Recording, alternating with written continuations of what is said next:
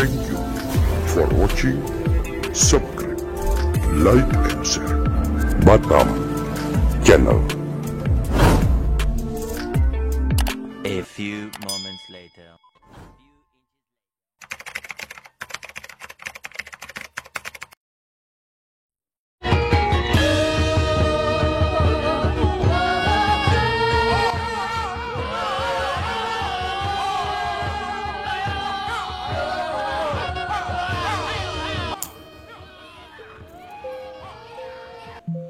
Pengaruh tasawuf falsafi Ibnu Arabi.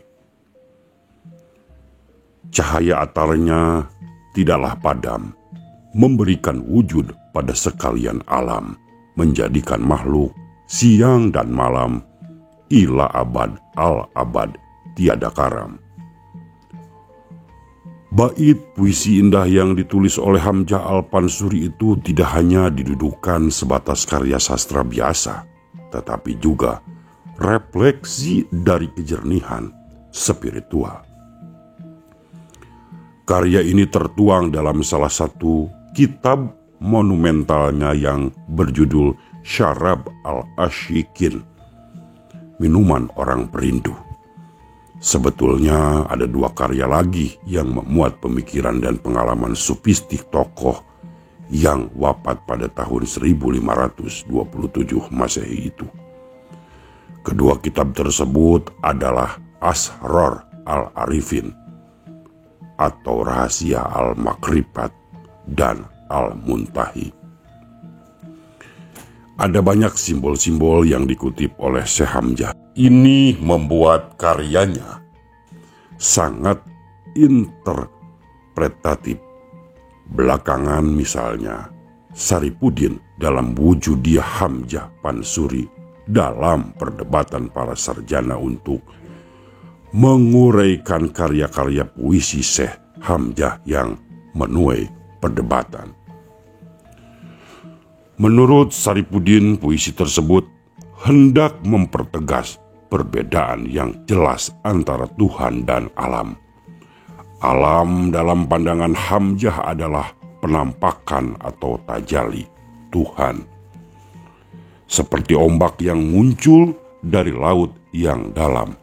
Pada level tertentu bisa dikatakan bahwa Tuhan serupa dengan makhluknya pada tingkat tertentu atau imanen.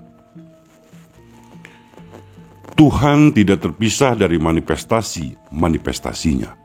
Laksana laut yang tak dapat dipisahkan dari ombaknya. Dari segi fenomena penulisan karya-karya sufistik yang membutuhkan pembacaan serius ini juga ada dalam catatan sejarah Ibnu Arabi. Misalnya dalam magnum opusnya Fushus al-Hikam, kitab yang ditulis oleh Ibnu Arabi ini merupakan kitab tasawuf yang paling berharga. Ada banyak rahasia yang bersifat transendental diungkap di sini. Antara lain ulasan mengenai kosmologi, berbicara soal alam, manusia, dan Tuhan. Beberapa bahasanya juga berbicara ihwal, imanensi. Banyak istilah-istilah rumit dalam kitab ini dan perlu penjelasan. Wajar bila para ulama terutama murid sang penulis menulis syarah atas kitab ini.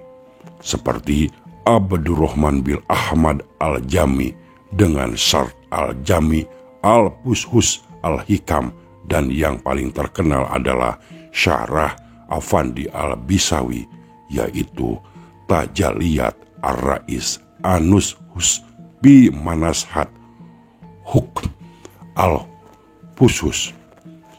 Selain Hamzah ada lagi satu tokoh terkenal dengan karya-karya sufistik yang menonjolkan corak tasawuf falsafi, yaitu Samsuddin Sumatrani. Karyanya yang paling terkenal adalah Tibyan Muhala al-Muwahhid wa al-Mulhid. ia memaparkan perbedaan prinsipil antara pemahaman wahdatul al-wujud dari para penganut tauhid yang benar dan pemahaman yang berasal dari penganut panteisme. Sekilas memang terkesan sama dalam menempatkan makna tauhid, yakni tiada wujud selain Allah, sedangkan wujud segenap alam adalah bersifat bayang-bayang atau majazi. Tetapi justru perbedaan sangatlah jelas antar keduanya. Menurut panteisme, wujud Tuhan itu tidak ada kecuali dalam kandungan wujud alam. Jadi bagi kalangan panteisme ini segenap wujud alam adalah wujud Tuhan dan wujud Tuhan adalah wujud alam, baik dari segi wujud maupun dari segi penampakannya, tanpa memperhatikan martabat-martabat wujudnya alam. Sedangkan menurut Arabi, seperti yang dinukil oleh Sumatrani, keesaan wujud berarti tidak ada sesuatu pun yang memiliki wujud hakiki kecuali Tuhan. Sementara alam atau segala sesuatu selain Tuhan, keberadaannya adalah karena diwujudkan atau mawujud oleh Tuhan. Kemunculan tasawuf falsafi memang dibilang kontroversial. Menurut Abu Wafa al-Ghanimi at-Tabtazani dalam Madkhal ila at-Tasawuf al-Islami, yang dimaksud dengan tasawuf jenis ini adalah tasawuf yang menyandarkan pengetahuan intuitif para penganutnya kepada pendapat-pendapat akal dengan memakai metode dan istilah-istilah filsafat yang diambil dari berbagai sumber. Tabjani menunjuk nama Ibnu Arabi sebagai peletak dasar tasawuf falsafi. Wajar bila corak tasawuf kedua tokoh Nusantara di atas kental dengan konsep wujudiyah Ibnu Arabi. Selaras dengan itu, Martin van Bruinissen dalam The Origin and Development of Sufi Orders atau Tarekat in Southeast Asia mengatakan bahwa abad pertama dari penyebaran Islam ke Nusantara bersamaan dengan masa puncak dari perkembangan tasawuf dan pertumbuhan tarekat.